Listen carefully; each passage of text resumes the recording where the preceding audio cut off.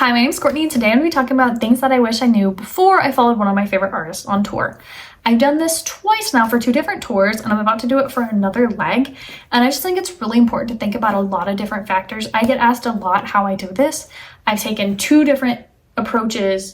I've learned so much about what works for me, what doesn't work for me, and what might work for me might not work for someone else. So I also want to note that this is not a one size fits all kind of thing. So I just wanted to bring to light a lot of things that I've taken into consideration that a lot of people haven't, and some things that I've not taken into consideration that I found to be true in some situations. The number one thing that I think a lot of people don't take into consideration is that the ticket is going to be your cheapest cost, right? If you buy like five $50 tickets, good for you. You're not out like a ton of money, but you have to keep in mind, you have to pay for travel, you have to pay for somewhere to stay more times than not, you have to pay for food. Like, you have to keep in mind about all of these other costs on top of that ticket. And even like the tickets themselves add up really quickly, but all of these other costs on top of the ticket becomes a lot. In my head, I try to budget anywhere from like $200 to $500 per show.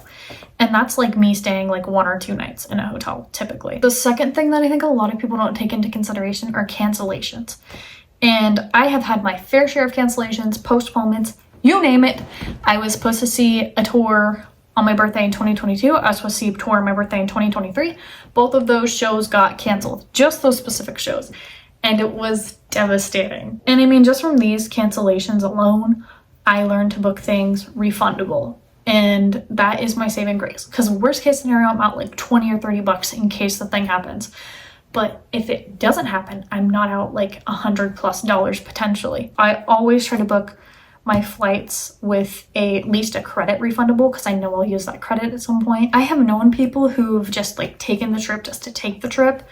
But I just find it easier for me personally to just book things refundable and not have to worry about like, man, I was supposed to go here to see this show and now I can't, so I'm gonna have to find other things to do in the area. And now I'm like spending more money and it doesn't make sense for me. But if that's what you're up to, like you want to still go on that adventure, go for it. The third most important thing that I think a lot of people don't take into consideration is that sharing is not always caring. There have been times where I've done a lot of shows by myself and it was great because like I knew my budget, I knew what I was working with and everything. And there have been other times where I've gone with other people and it's been great because like we split the cost.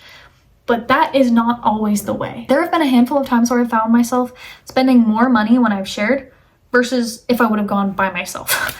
And that is really frustrating in itself. As an example, there was one show that I did and someone that I didn't know well at all was in charge of booking our hotel. And they ended up booking us like an hour out of the way of the venue.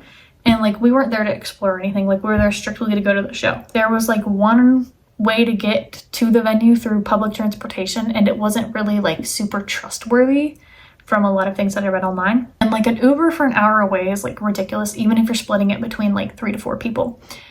And so we had to cancel that hotel and rebook elsewhere, and we could not get a refund on that first hotel.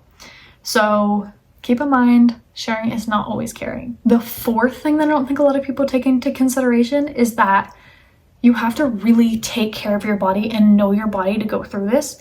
If you're traveling, if you're doing shows back to back, it can be a lot. I was sick for like a month after I've done a couple of rounds of back-to-back shows. And it's not fun to be coughing all the time, to not have your voice. You really have to take care of yourself. You really have to get that rest. You really need to listen to your body. If it is not feeling well, do not go through the show. Like, your well-being is way more important. It is so important to drink that water, to be getting the rest that you need to getting the nutrients that you need. Like, it is so important. No concert is worth hurting yourself. Another thing that I really think you should consider is looking into several different methods of travel. Break down the price of gas, the mileage on your car, all those beautiful factors, as well as flight prices through different airlines. You have airline miles. Personally, I have my Delta linked to my Lyft and my Starbucks. Whenever I load a $25+ gift card to my Starbucks account, I get Delta miles, and also when I take a Lyft, I get Delta miles as well. So find ways to build up those miles. Find those ways to help your travel. I also do like Fetch and like Ibotta to get money back on receipts. It does not feel like a lot, but it really adds up. I've gotten like over $100 in Uber gift cards from Fetch alone. Continuously track those prices. I look at like Expedia every day with all the different airlines. You can also track flight prices on Google. That's a really nice thing. It can show you trends. It can show you like the higher prices and the lower prices and show you like that history. I think those are very good resources. You can compare days. Sometimes it's cheaper to fly in like 1 or 2 days and pay for that hotel than it is to just like fly in that day before. I mean, you really have to weigh the opportunity cost. I mean, if you're going to be making more money than you would going earlier, then just go to work. Like, it's just like little things like that. You really have to be smart about your decisions. Finally, I want to say it's really important to use your resources, whether that be your friends, your family, whatever else. Just be a decent human being. People more times are going to want to help you if you help them back, if you are a nice person to them. And the last point that I really want to say is that I don't think a lot of people realize that most people who are following artists on tour either have a really great full-time, like flexible job, have parents that'll pay for it. There are also a lot of people who are in crippling debt. There have been people that I've met that have maxed out credit cards. It truly is an expensive hobby. It's something that you need to budget for. I have had a savings account since I was a kid. I mean, I live at home. I don't have to pay bills. I'm very privileged in that sense.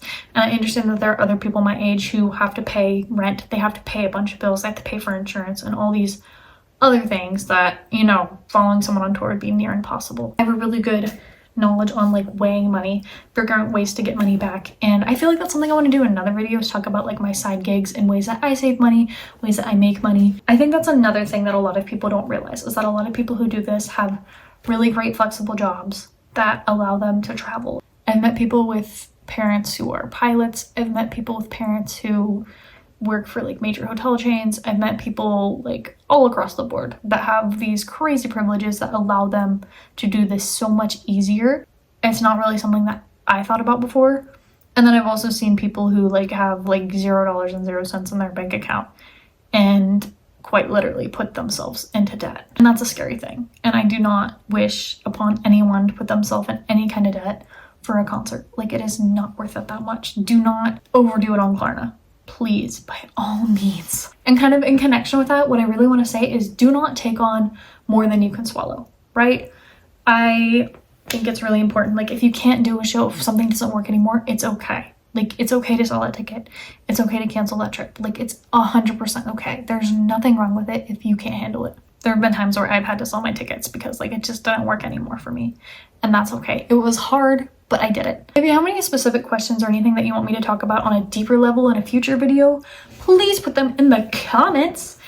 And like this video if you enjoyed. If you think you've learned something, maybe not, I don't know. And if you really enjoyed this, subscribe. I'm trying to make more like fangirl series type videos. I recently made a video, I don't think it was recent, I think it was a few months ago, where I talked about what's in my concert essentials, so you can check that out. And I think that's all. Thank you so much for watching. Goodbye.